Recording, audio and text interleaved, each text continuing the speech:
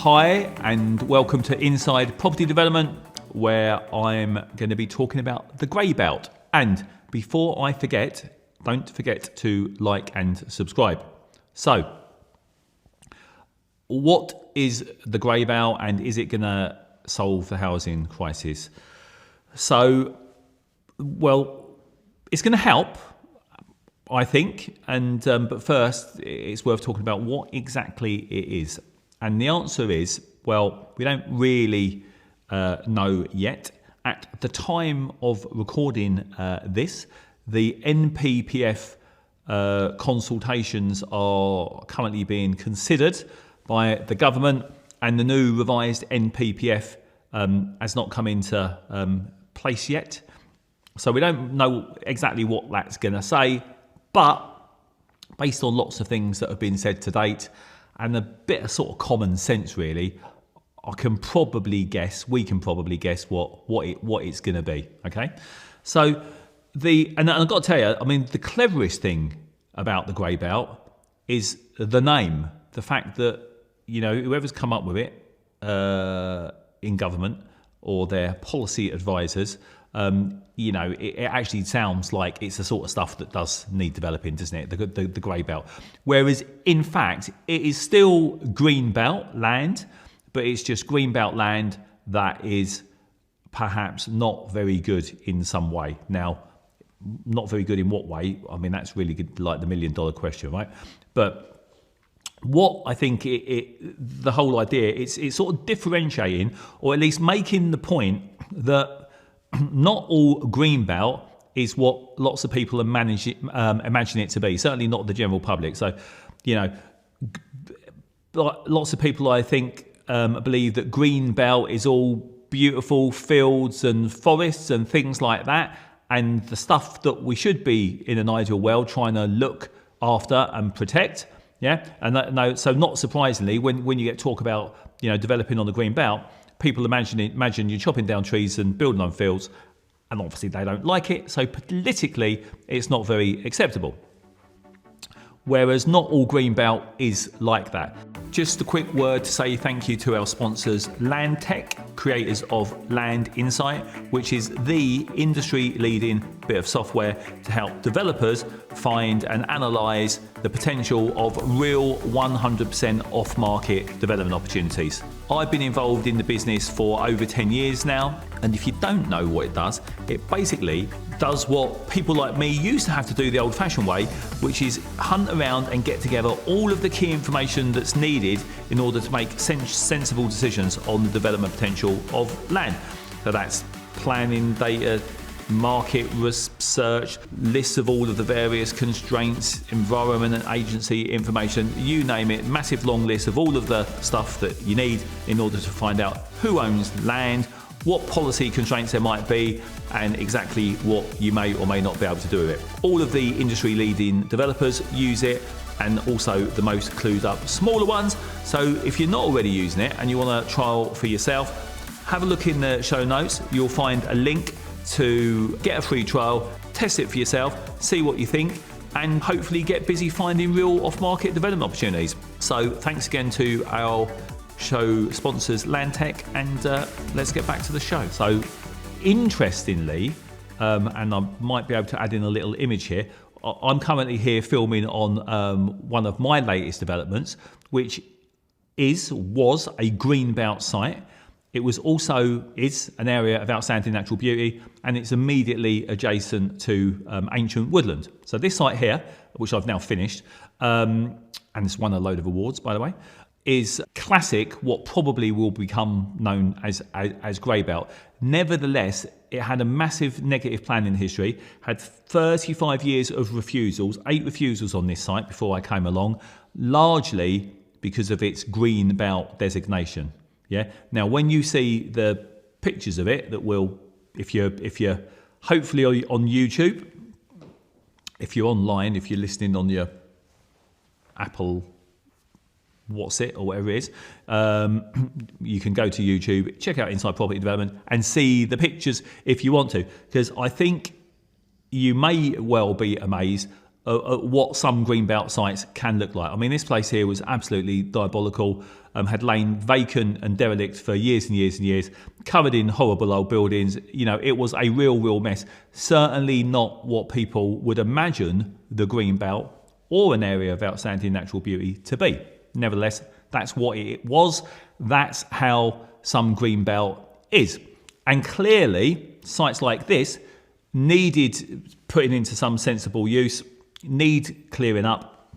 When there is a massive housing crisis we need to help solve, then, you know, they should, some of them, be really good opportunities for development. Now, this one, it was a real mess. There was no doubt about the fact that, you know, it was far from green.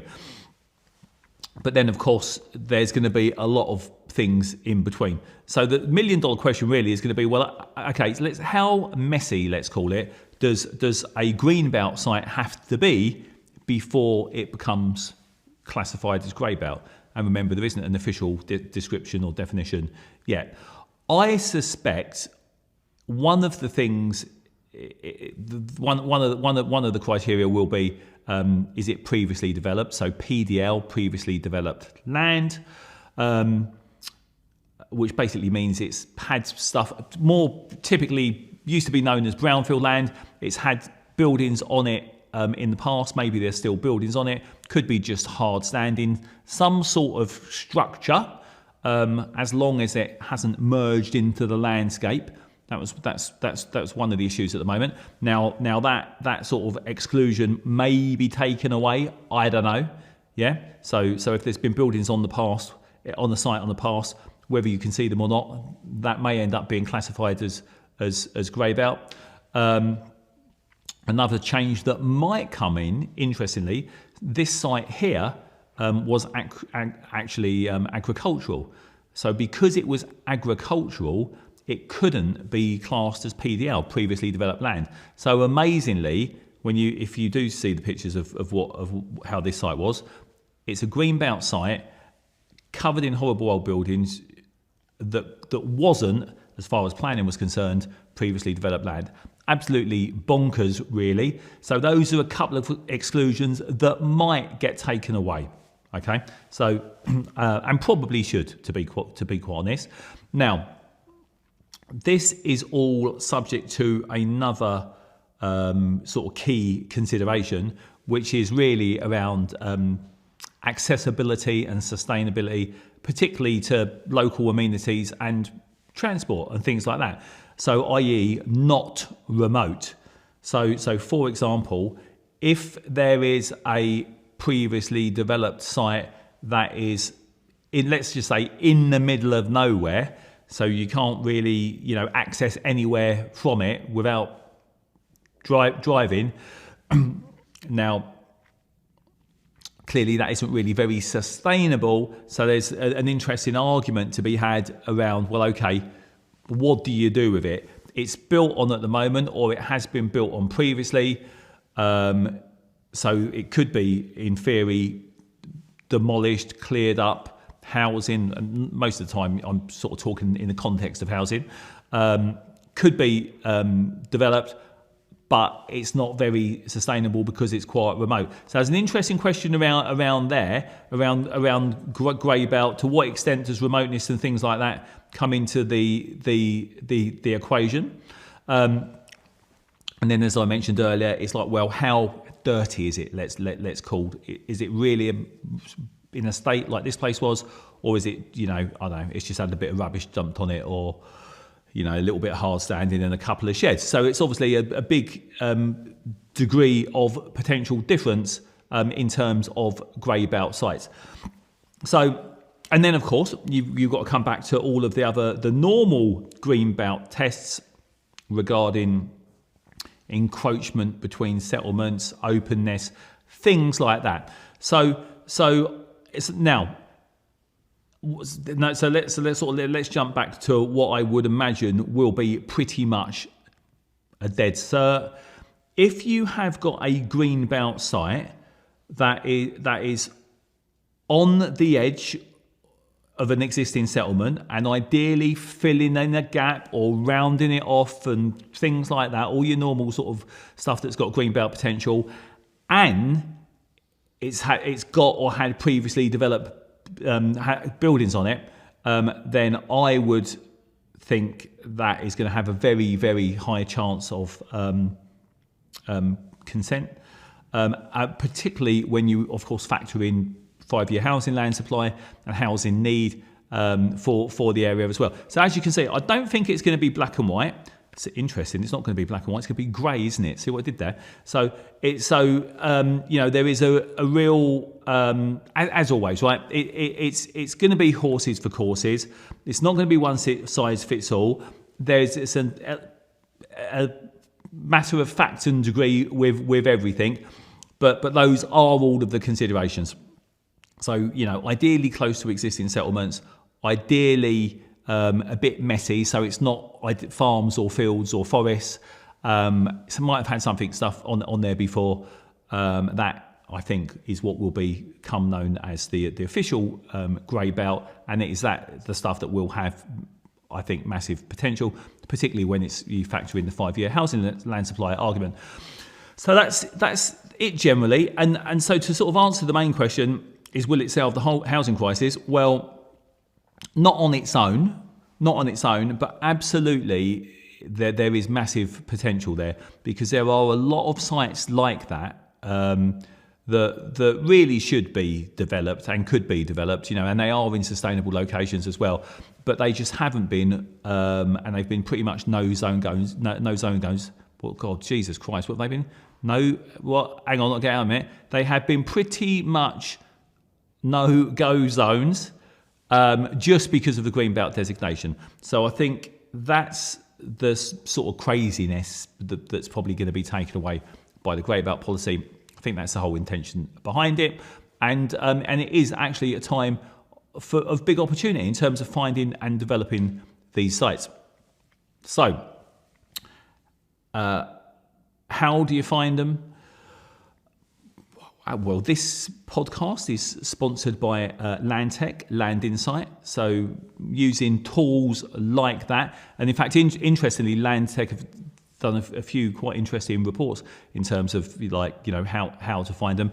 You can actually quite easily search for various planning uses in the green belt, i.e. all the, E-class uses, for example, almost by definition is going to, that means it's going to relate to a building. So buildings in the green belt, commercial uses in the green belt, they are going to be massive opportunities. But probably, and now this is the sort of biggest issue, the biggest question is, well, are you actually ever going to get planning permission for them? So yes, if and when you can make the right arguments, and we've talked about some of the criteria and the problems already, but more importantly, the question is, well, are they actually going to be financially viable? Because at the moment, the talk is around a minimum of 50% affordable housing on grey belt sites. And I've got to tell you now, in most places, it's really difficult to even get a 50% affordable housing to work on a greenfield greenbelt site that is going to be the cheapest thing there is within, to develop. When you've got grey-belt sites that almost by definition are going to have demolition and probably contamination and things like that, meaning all things being equal, they're going to be more expensive to develop than greenfield sites, then they are going to be even less viable. So I think viability really is the whole key around the grey belt conversation, because if the government and local authorities try to stick and demand hard and fast, it's got to be 50%. I think we will get very, very, very few grey belt sites developed. So that's the opportunity and that's the issue. But in order to, for more housing to be created from grey belt sites, planners need to be sensible around the whole viability discussion. And that is basically that. So hopefully that very quick run through might have been of some use.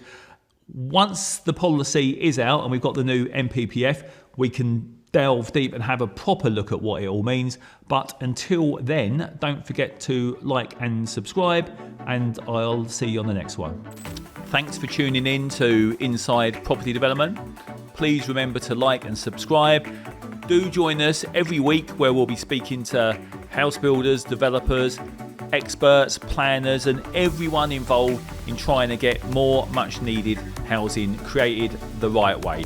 We'll learn together how we can collaborate rather than fight, and by working together we can all help create better places, spaces and homes and a much more beautiful world.